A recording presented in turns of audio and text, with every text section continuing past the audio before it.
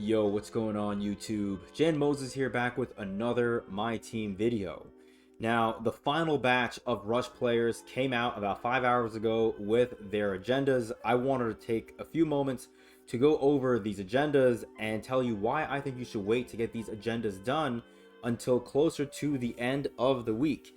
And yes, I did call these players that we got today, headlined by Galaxy Opal Rodman, the last batch of Rush players. I'm very confident in that being the case. That was the comment or the statement that I made in my video this morning. I made that same statement over the past weekend.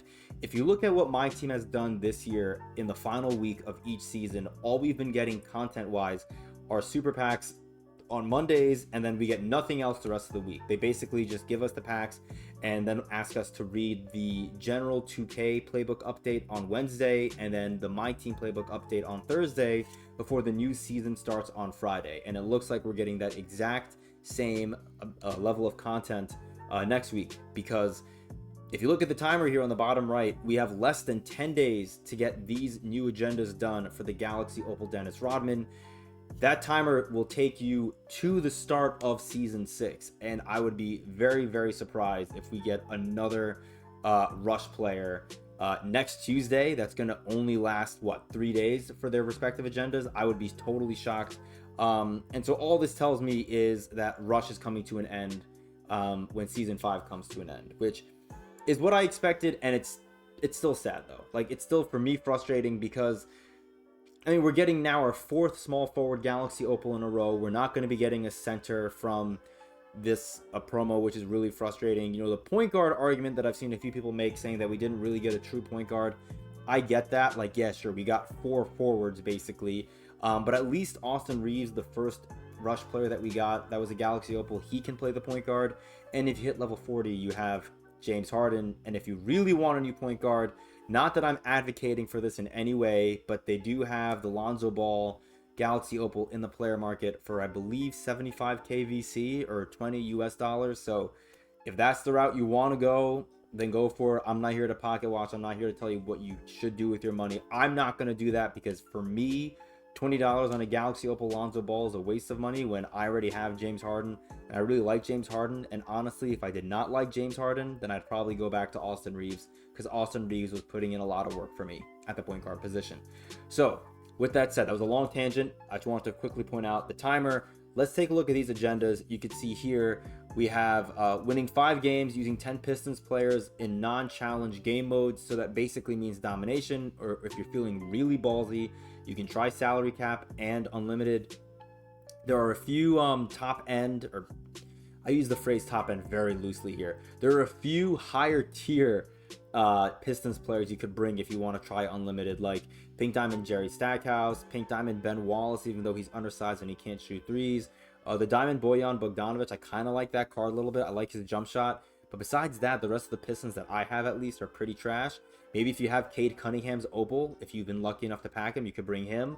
So yeah, there are plenty of different ways you can go about it, but I would say domination is your best bet. Speaking of offline ways to get agendas done, like I mentioned with domination up here, you have clutch time offline here with 5 Warrior players for Monte Ellis with Pink Diamond, 10 triple threat offline games with 3 Spurs players for Diamond Bruce Bowen, and then 50 dunks, 33 pointers, and 30 rebounds over multiple games, online or offline, whatever you want, for the Diamond Isaiah Ryder and the Amethyst Dennis Scott and Luke Longley, respectively. My point in showing you guys all these agendas is to just bring out the point that you can get these all done offline, and you can make a very strong argument that completing all of these offline is going to be the way to go. Like, you can get all 3 of these agendas done grinding out these top 3 agendas, which is really nice.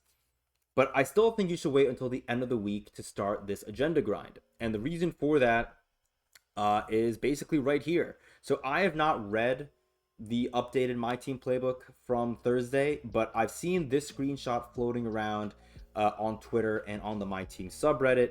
And you can see right here on Thursday, March 28th, we're getting a My Team playbook update that will detail the next My Team event. Now, it doesn't mention where it's going to be happening or when it's going to be happening, at least not here, but I'm assuming it's going to happen on Friday, and I'm assuming this next My Team event is going to revolve around Easter. Now, we've had, I think, 2 other similar events, at least My Team called them events, I know they call the Kobe Bryant Test of Season collection an event. I don't think that's what they mean. I think they genuinely mean we're going to get something like we had for Thanksgiving and for the holidays in December. If you remember, we had players that we could grind for. I forget who the player was during Thanksgiving, but I remember for the holidays, we were able to grind for RJ Barrett and Patrick Ewing, and you could play any game mode. And at the end of each game mode, you'd basically, if you won the game, you would get an additional little pack that had one card, and that one card would have a holiday item potentially. You would take that holiday item, you would put it into the exchange for whatever you wanted that they had in the exchange, packs basically. So we're gonna hopefully get a bunch of new packs in the exchange. I'm hoping that they give us more ways to get opals. That'll be really nice. And the event could be a last-ditch effort to bump up my grade for season 5. In my opinion, I enjoyed the November event for Thanksgiving and the holiday event in December. I especially enjoy the holiday event in December, and mind you, I'm a Knicks fan, so being able to get RJ Barrett, who, funny enough, I think the day before I got that diamond, RJ Barrett, he got traded. I think, maybe not. Maybe he didn't get traded. Oh, no, he did get traded. You know why? Because Patrick Ewing was the first diamond that we got, and then RJ Barrett was for the second half, going past New Year's. And I think the Knicks traded RJ Barrett and Emmanuel quickly to the Toronto Raptors like a week or so into 2024. So I would have to check that. I should have fact-checked that earlier. But anyways, the point is, if we get a similar structure to this presumably Easter event that we're getting in my team as soon as this Friday, if we get a similar structure for that as we did for the Thanksgiving and the holiday event promo, or holiday events, I'm sorry, during December and November, then I think it would be a really good opportunity for you to grind out these agendas right here that are predominantly offline.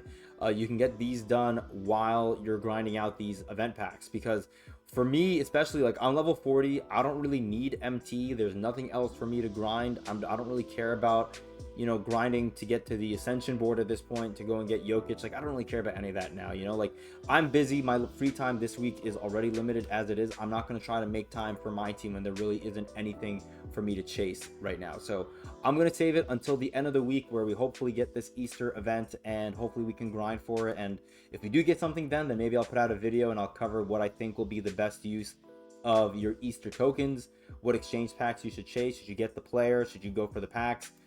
We'll break all that down when the time comes. But until then, I just wanted to get this video out. I hope you found this video kind of helpful, and I'm sorry I'm getting this video out to you guys a little bit later. I kind of wanted to get it out a little bit earlier in the day, but I was streaming with Tony on twitch.tv/BrothCindy, and then I got tied up a little bit afterwards with some work.